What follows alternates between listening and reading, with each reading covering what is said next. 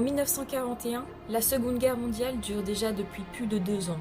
La France est occupée et morcelée en différents territoires.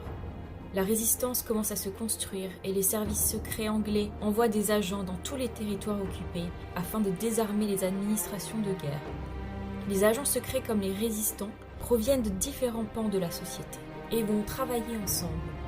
Je suis Jennifer Cosentino, bienvenue dans le podcast Secret Alliance de Derrière le récit qui explore l'univers de mon premier roman et l'histoire avec un grand H, derrière le récit.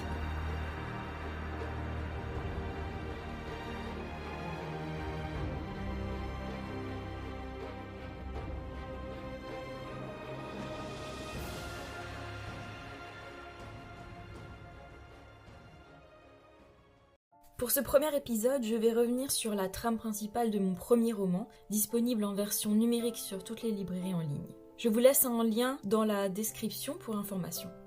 Mon récit aborde plusieurs aspects liés à la résistance, les services secrets anglais qui l'ont soutenu ainsi que d'autres aspects de la Seconde Guerre mondiale.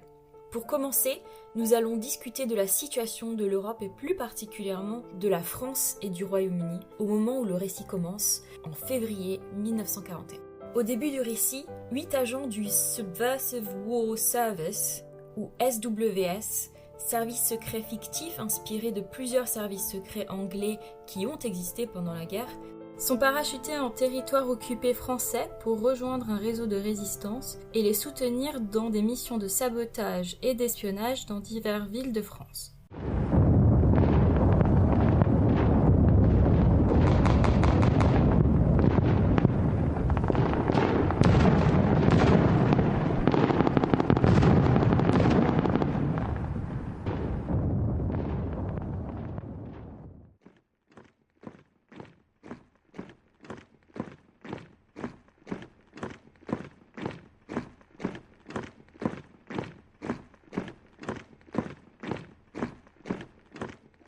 La France est occupée depuis juin 1940 et le service secret est créé pendant l'été par le gouvernement britannique pour développer un mode d'action alternatif au combat frontal.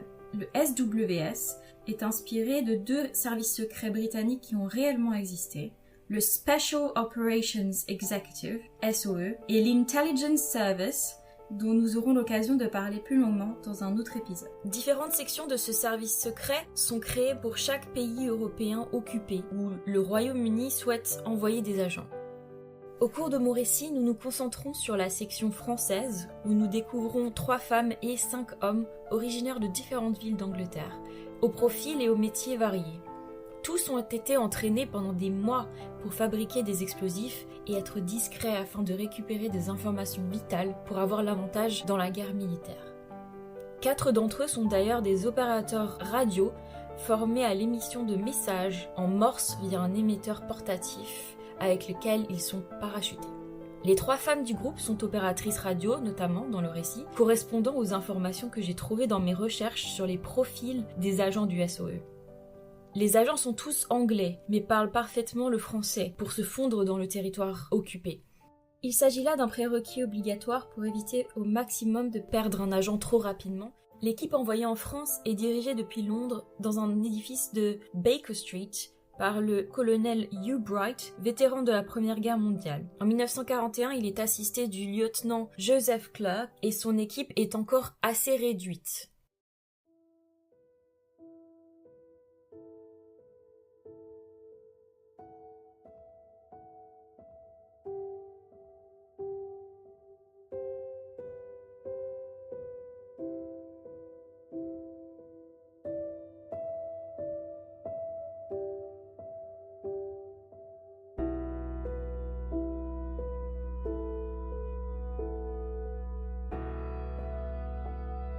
Je ne peux pas signer.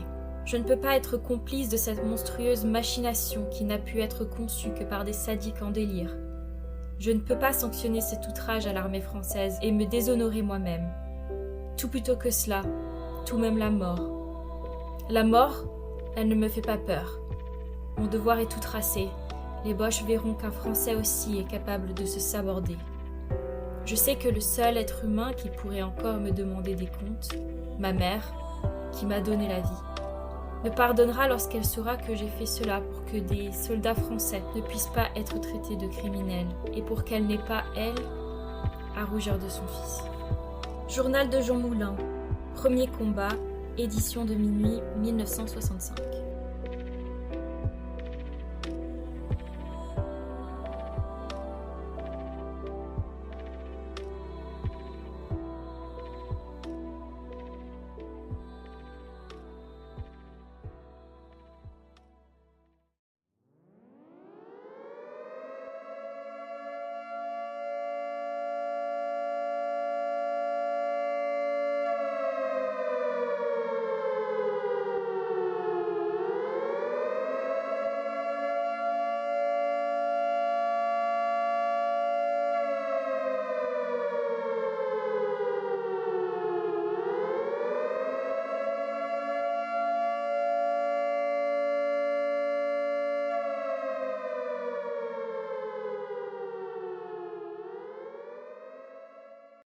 L'Angleterre n'est pas à l'abri des assauts allemands. Depuis septembre 1941, Londres comme d'autres villes anglaises sont bombardées par la Luftwaffe durant plusieurs mois. C'est ce qu'on appelle le Blitz, tuant de nombreux civils et obligeant les Londoniens à trouver régulièrement refuge dans les souterrains du métro ou autres lieux prévus pour protéger les populations des raids aériens. Le Blitz dure jusqu'en mai 1941, détruisant de nombreux quartiers de la capitale, mais aussi rayant presque des villes de la carte. C'est le cas de Southampton, une ville portuaire qui fait face à la Normandie, qui est presque entièrement détruite pour empêcher des navires d'y mouiller et donc de contre-attaquer l'armée allemande. Des villes à l'intérieur des terres sont aussi touchées, comme Coventry ou Nottingham, où des industries vitales ont été bombardées pour affaiblir les capacités du Royaume-Uni à riposter contre les attaques de la Luftwaffe. Entre les bombardements, les services secrets essayent d'organiser leurs équipes à un moment où la technologie ne permet pas de communiquer instantanément comme aujourd'hui. La survie des agents dépend souvent de leur capacité d'adaptation et à réagir face aux situations imprévues, surtout lorsqu'ils n'ont aucun soutien sur place et ne connaissent la zone que d'après une carte étudiée au centre d'entraînement et imprimée sur un simple mouchoir gardé dans leur veste. Dans mon récit, le réseau de résistance est déjà développé au moment où les agents arrivent, ce qui leur offre l'avantage de pouvoir reposer sur eux pour ce qui est de la connaissance de la région, mais aussi pour avoir des informations via leur travail infiltré dans des administrations clés des zones où ils sont déployés. La plupart des réseaux se concentrent dans un rayon d'action limité généralement. Ici, le réseau a des agents dans plusieurs villes de France qui permet d'organiser des actions sur un territoire plus élargi. Surtout, cela permet aussi de voir qu'il n'y a pas un seul territoire français mais plusieurs. En effet, la France a été morcelée en différents territoires administrés par différentes forces en action. Donc, il est possible de dire qu'il n'y a pas qu'une France, mais des Frances. La première zone est la zone occupée, qui se trouve au nord de la France et qui s'étend sur l'ensemble de la côte atlantique et de la Manche. Au nord de la France, elle s'étend jusqu'en Picardie, à l'est jusqu'à la Champagne et la Bourgogne, et au sud, la ligne de démarcation traverse les actuelles régions Centre-Val-de-Loire et Nouvelle-Aquitaine jusqu'à la frontière espagnole. La zone est administrée par le commandement militaire allemand basé à Paris. De nombreux édifices parisiens sont réquisitionnés pour les administrations allemandes, notamment les hôtels du centre-ville comme l'hôtel Majestic, où le siège du haut commandement militaire allemand en France est situé, mais aussi des hôpitaux parisiens réservés aux Allemands, des lycées qui peuvent servir de casernes compagnie SS. Des villas sont réquisitionnées comme lieu de résidence pour hauts fonctionnaires allemands basés à Paris, comme la Villa Coty ou le Palais Rose. Le Palais Rose est notamment le lieu de résidence du commandant militaire allemand basé à Paris. La zone libre est administrée depuis Vichy. Comme à Paris, des édifices de la ville sont réquisitionnés pour loger les administrations du régime de Vichy. C'est notamment le cas du Grand Casino de Vichy, où la Chambre des députés s'y installe. Après l'armistice, le gouvernement a dû décider d'une nouvelle capitale où s'installer. En effet, Bordeaux, où ils étaient basés depuis l'avancée des Allemands vers Paris, était maintenant en zone occupée. Vichy a été choisie parce qu'elle permettait d'offrir au gouvernement du régime de Vichy assez de logements pour les membres du gouvernement, mais aussi avait l'avantage pour le gouvernement de Vichy d'être assez central dans cette zone libre est de ne pas avoir une tradition de gauche ainsi qu'une absence de population ouvrière qui pouvait contester leur arrivée. Pétain a reçu les pleins pouvoirs du Parlement le 10 juillet 1940 et est secondé par Pierre Laval jusqu'en 1942. Pétain peut destituer ses ministres comme il le souhaite et ces derniers sont directement responsables devant lui. Le régime de Vichy marque notamment la fin de la République française et fonctionne de manière similaire à une cour construite autour de Pétain et de ses proches conseillers.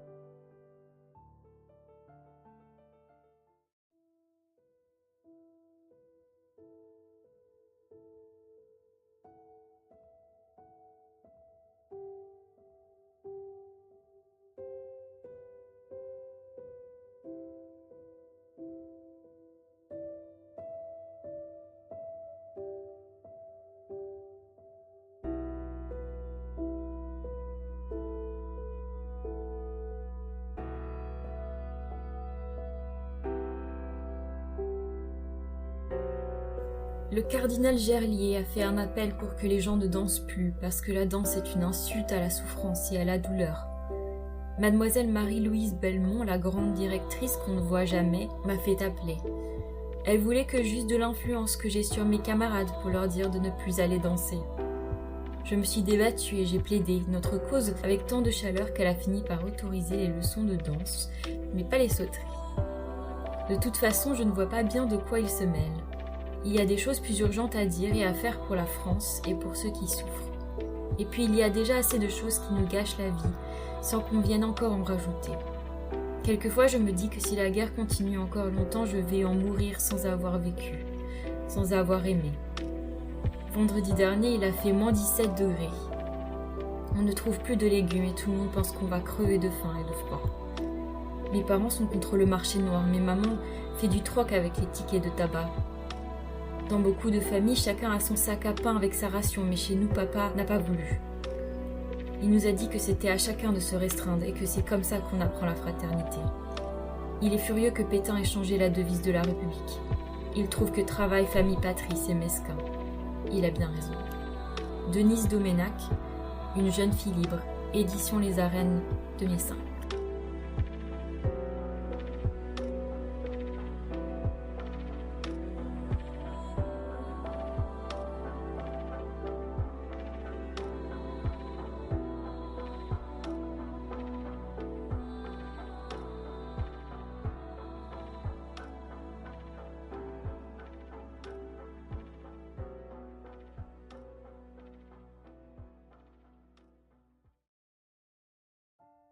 La troisième zone est la zone annexée. Dès août 1940, l'Alsace et la Moselle sont annexées au territoire allemand. Les troupes étaient déjà arrivées à Strasbourg dès le 19 juin 1940. La zone est annexée de fait, violant les termes de l'armistice avec la France. Avec l'annexion, certains Alsaciens et Mosellans sont retournés sur le territoire après avoir été évacués vers Limoges lors de l'avancée des troupes allemandes précédant l'armistice. Beaucoup d'Alsaciens restent alors à Limoges et organisent une résistance depuis la zone libre. Une politique de germanisation est imposée. La population doit parler allemand. Tous les noms de rues et de villes sont changés ou renommés en allemand. À Strasbourg, la place Broglie, par exemple, du nom d'un officier et diplomate français sous Louis XIV, est renommée la Adolf Hitler Platz, donc la place Adolf Hitler, et toutes références françaises et surtout juives sont retirées. Un cordon douanier est réinstauré et la communication avec le reste de la France est complexe. De manière générale, la communication entre les différentes zones reste limitée par les administrations allemandes pour mieux contrôler le territoire. L'administration alsacienne et mosellane s'aligne sur le Troisième Reich et tous les fonctionnaires doivent laisser leur place aux Allemands. Entre la zone occupée et la zone annexée, une zone interdite est instaurée. Elle s'étend surtout au nord de la Picardie et en Champagne et interdit à ceux qui avaient été évacués de revenir sur le territoire. Une autre zone interdite est toute la zone côtière atlantique et de la Manche, large de 15 à 20 km. La liberté de circulation y est limitée pour les résidents. Pour les non-résidents, ils sont soumis à des restrictions supplémentaires. Les côtes sont protégées et gardées par la Wehrmacht, qui identifie ces façades atlantiques et de la Manche comme des points d'entrée potentiels pour les Alliés. Les conséquences du morcellement du territoire et du contrôle par la Wehrmacht sont tout d'abord la liberté des individus qui est largement contrainte. De plus, malgré le traité d'armistice, la guerre continue et la population doit faire les frais des assauts alliés qui cherchent à attaquer les Allemands sur le territoire. Une autre conséquence de la guerre est une situation économique fragile, où les pénuries apparaissent rapidement. Le manque de communication entre les différentes zones n'aide pas à approvisionner les régions en denrées alimentaires. Certaines denrées et biens sont même envoyés en Allemagne pour soutenir l'effort de guerre. Le rationnement est instauré dans toutes les zones et les familles reçoivent des tickets de rationnement pour les achats quotidiens. Le marché noir se développe comme un contre-pied, mais reste une solution dangereuse, surtout en territoire occupé.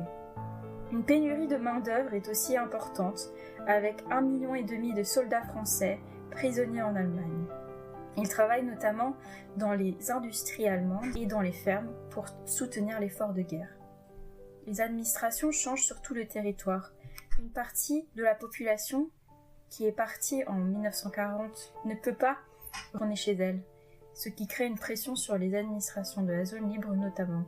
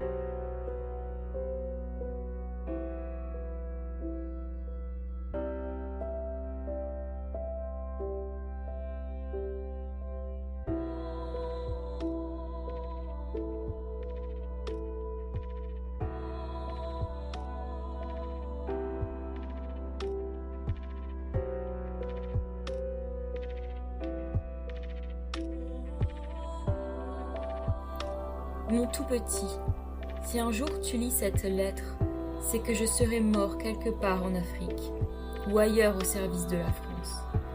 Mon tout petit, tu dois savoir que je suis passé à De Gaulle et que je suis condamné à mort ou tout au moins à 5 ans de prison.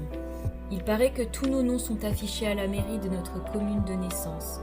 Je peux être descendu, je peux être fusillé si je suis pris. Mais tout ça, c'est le cadet de mes soucis. Je voudrais simplement que tu me promettes de dire aux petites que leur père n'est pas un déserteur, n'est pas un rebelle, ou plutôt n'était pas. Il a simplement essayé de libérer la France pour qu'elle puisse vivre heureuse. Je suis sûre, mon tout petit, que tu leur diras. Et cette assurance me permettra de partir avec 2 seuls regrets, celui de vous quitter toutes les 3 sans être sûre de votre avenir, et celui de n'avoir pas vu la France libérée. Ton Raoul. Extrait de lettres de Paroles de l'ombre, collecté par Jean-Pierre Guénoux.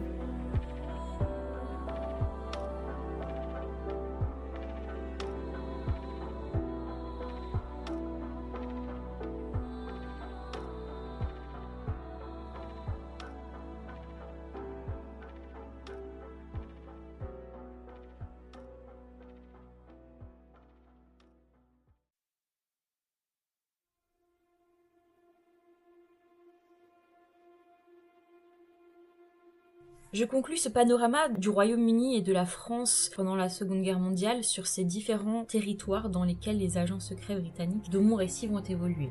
En effet, le récit prend place dans plusieurs villes, dont Paris, Strasbourg, Nice, Vichy et Londres, donc différentes parties de cette France morcelée, où ils devront travailler dans des circonstances bien différentes et s'adapter pour développer leur stratégie aux côtés des membres du réseau de la résistance.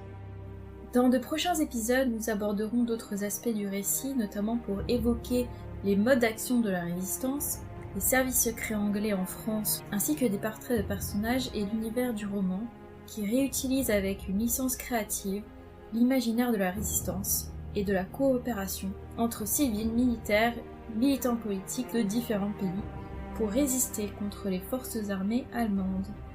Merci d'avoir écouté ce premier épisode, j'espère que vous avez apprécié ce format.